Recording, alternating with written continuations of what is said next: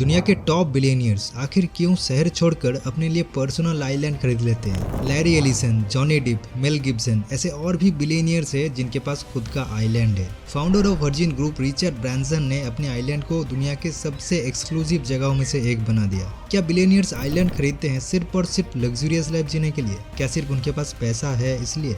Normally कुछ लोग सोचते हैं प्राइवेट आइलैंड का मतलब एक प्रॉपर्टी इन्वेस्टमेंट, और कुछ लोग सोचते हैं प्राइवेट आइलैंड का मतलब एक ऐसी जगह जहाँ कोई आपको परेशान नहीं करेगा, जहाँ आप छुट्टियां मना सकते हैं अपनी मर्जी से, जहाँ ना कोई इरिटेटिंग रूल्स और रेगुलेशंस होंगे। मतलब एक लग्जूरियस लाइफ जीना। पैसा हो तो क्या कुछ नहीं हो सकता। लेकिन यकीन मानिए ये सिर्फ पैसे का खेल नहीं है, बल्कि इसके कुछ डीप रीजंस है। और एप्स्टीन फाइल सामने आने के बाद शायद यह बताने की भी जरूरत नहीं है कि इसके पीछे छिपी है एक अलग दुनिया बनाने का सपना। इसका मतलब ये नहीं कि सबके सपने जेफरी एप्स्टीन जैसा हो। तो आखिर क्या है वो रीजंस जिनके लिए बिलियनियर्स प्राइवेट आइलैंड खरीदते हैं करोड़ों डॉलर्स खर्च करके? आज के टाइम पर दुनिया भर में 700 से भी ज़्यादा आइलैंड्स अवेलेबल हैं जिसे आप खरीद सकते हैं। कुछ आइलैंड्स की कीमत 3 से 4 करोड़ रुपए है, तो कुछ आइलैंड्स की कीमत 3000 से 4000 करोड़। और दुनिया के सबसे अमीर लोग इसे खरीदते हैं कुछ रीजंस के लिए, और इनमें से सबसे पहला रीजन है डूम्सडे प्लानिंग। एक्सपर्ट्स के हिसाब से आने वाले कुछ सालों में हमें एक बहुत बड़ा ग्लोबल क्राइसिस का सामना करना पड़ेगा। ये ग्लोबल क्राइसिस वर्ल्ड वॉर 3 हो सकता है, कोई पेंडेमिक हो सकता है, क्लाइमेट डिजास्टर हो सकता है, इकोनॉमिक कोलैप्स हो सकता है, और उसके लिए कुछ लोग पहले से तैयार रहना चाहते हैं। एक पर्सनल आइलैंड जहां खाना स्टॉक रहेगा, प्राइवेट डॉक्टर्स रहेंगे, सोलर पावर्स रहेगा, ताकि क्राइसिस के टाइम पर आसानी से सरवाइव किया जा सके। इमेजिन करिए कि दुनिया भर में वॉर चल रहा है, जिसके लिए वर्ल्ड इकोनॉमी कोलैप्स हो चुका है, पेट भरने के लिए सफिशिएंट खाना नहीं मिल रहा, सब कुछ तबाह हो चुका है, रहने के लिए जगह नहीं मिल रहा। ऐसे सिचुएशन में हम जैसे नॉर्मल इंसान ज्यादा दिन सरवाइव नहीं कर पाएंगे। और अगर न्यूक्लियर अटैक्स हुआ तो न्यूक्लियर रेडिएशन से बचने का कोई चांस नहीं। लेकिन वहाँ पर कुछ लोग अपने प्राइवेट आइलैंड में बिना कोई परेशानी के दिन गुजारेंगे, एक वैकेशन की तरह, क्योंकि वहाँ पर पहले से ही जरूरत की सारी चीजें तो रहेगी। इसके अलावा न्यूक्लियर रेडिएशन से बचने के लिए अंडरग्राउंड बंकर्स भी रहेगा। कुछ रिपोर्ट्स के अनुसार mark Zuckerberg, Bill Gates, Peter Thiel, Ted brothers, ये सब ऑलरेडी एक प्राइवेट अंडरग्राउंड बंकर्स बनाने में लग चुके हैं। साल 2008 में यूएस के लॉरेंस हॉल जूनियर नाम का एक शख्स एटलास मिसाइल साइलो खरीदे थे।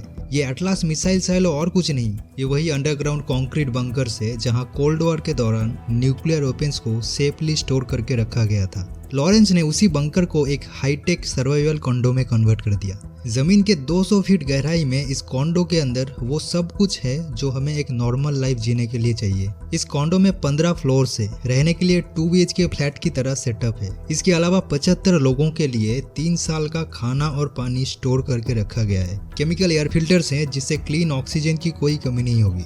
Movie theatre, gym, spa, library, swimming pool, medical room, internet facility, ये सब कुछ है। और अगर सेफ्टी की बात करें तो ये अंडरग्राउंड कॉम्प्लेक्स ब्लास्ट प्रूफ और रेडिएशन प्रूफ है। चारों तरफ CCTV कैमरास लगे हुए हैं। इसके अलावा 24 घंटे 7 दिन आर्म्ड सिक्योरिटी रहते हैं पहरा देने के लिए। लॉरेंस हॉल ने इसे बनाया इमरजेंसी सिचुएशन में खुद के सरवाइव करने के लिए, और कुछ लोगों को ये सर्विस प्रोवाइड करके बिजनेस करने के लिए। जरा सोच के देखिए कि सच में अगर कभी ऐसे कयामत के दिन आए कि इस धरती पर सेफ जगह मतलब सिर्फ और सिर्फ ऐसे शेल्टर्स और बंकर से दिखे, तो हम जैसे नॉर्मल इंसान तो सरवाइव नहीं कर पाएंगे। लेकिन दुनिया के सारे बिलियनियर्स और पावरफुल लीडर्स ऐसे बंकर्स में बिना कोई परेशानी के सालों गुजार सकते हैं। ये तो था पहला रीजन। दूसरा रीजन है अल्टीमेट प्राइवेसी।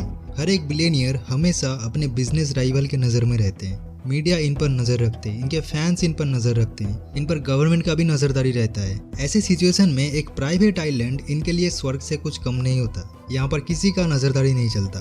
बिना परमिशन के यहाँ परिंदा भी पर नहीं मर सकता, क्योंकि एक आइलैंड मतलब एक नेचुरल बैरियर, चारों तरफ समंदर ही समंदर। कोई यहाँ बिना परमिशन के आना भी चाहे तो आने के 2 ही रास्ते हैं, बोट से या तो हेलीकॉप्टर से। और उसके लिए आइलैंड के चारों तरफ CCTV कवरेज रहता है, रडार और मरीन मॉनिटरिंग सिस्टम भी रहता है। इसके अलावा प्राइवेट सिक्योरिटी बोट से पेट्रोलिंग किया जाता है।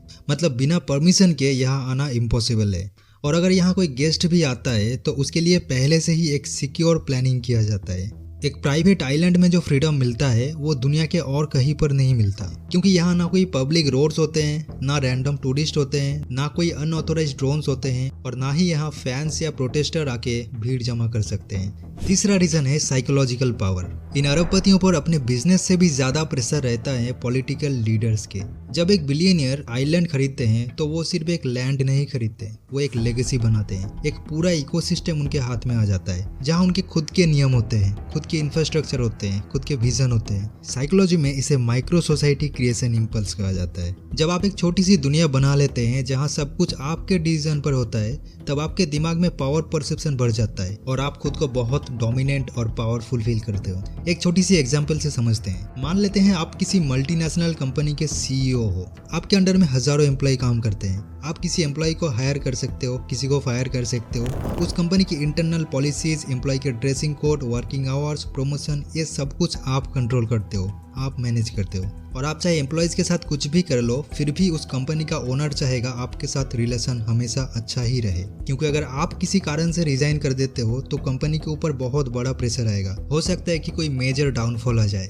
यहाँ पर आप अपने बिजनेस स्किल और मैनेजिंग स्किल दिखाकर सबको डोमिनेट करते हो। इसी तरह बिलियनियर्स भी अपना पैसा और पावर दिखा के साइकोलॉजिकली डोमिनेंट माइंड में रह सकते हैं और पॉलिटिकल लीडर्स के दबाव से बच सकते हैं, क्योंकि किसी बिलियनियर का एक डिसीजन किसी देश की इकोनॉमी पे बहुत बड़ा चेंज ला सकता है। इसका एक डार्क साइड भी है। जैसा कि मैंने थोड़ी देर पहले कहा कि आप एक पूरा इकोसिस्टम खरीद लेते हो जहाँ के राजा आप हो, रूल्स आपके हैं, आप उस किंगडम में कुछ भी कर सकते हो, लेकिन उस आइलैंड के बाहर आपको इस दुनिया का रूल्स ही फॉलो करना होगा। जैसे कि सीईओ कंपनी ओनर को फायर नहीं कर सकता, वैसे ही कोई कितना बड़ा बिलियनियर क्यों ना हो, वो किसी देश की गवर्नमेंट रूल्स को अपने हिसाब से चेंज नहीं कर सकता, लेकिन अपने प्राइवेट आइलैंड के अंदर वो कुछ भी कर सकता है, जैसे कि जेफरी एप्स्टीन ने किया था।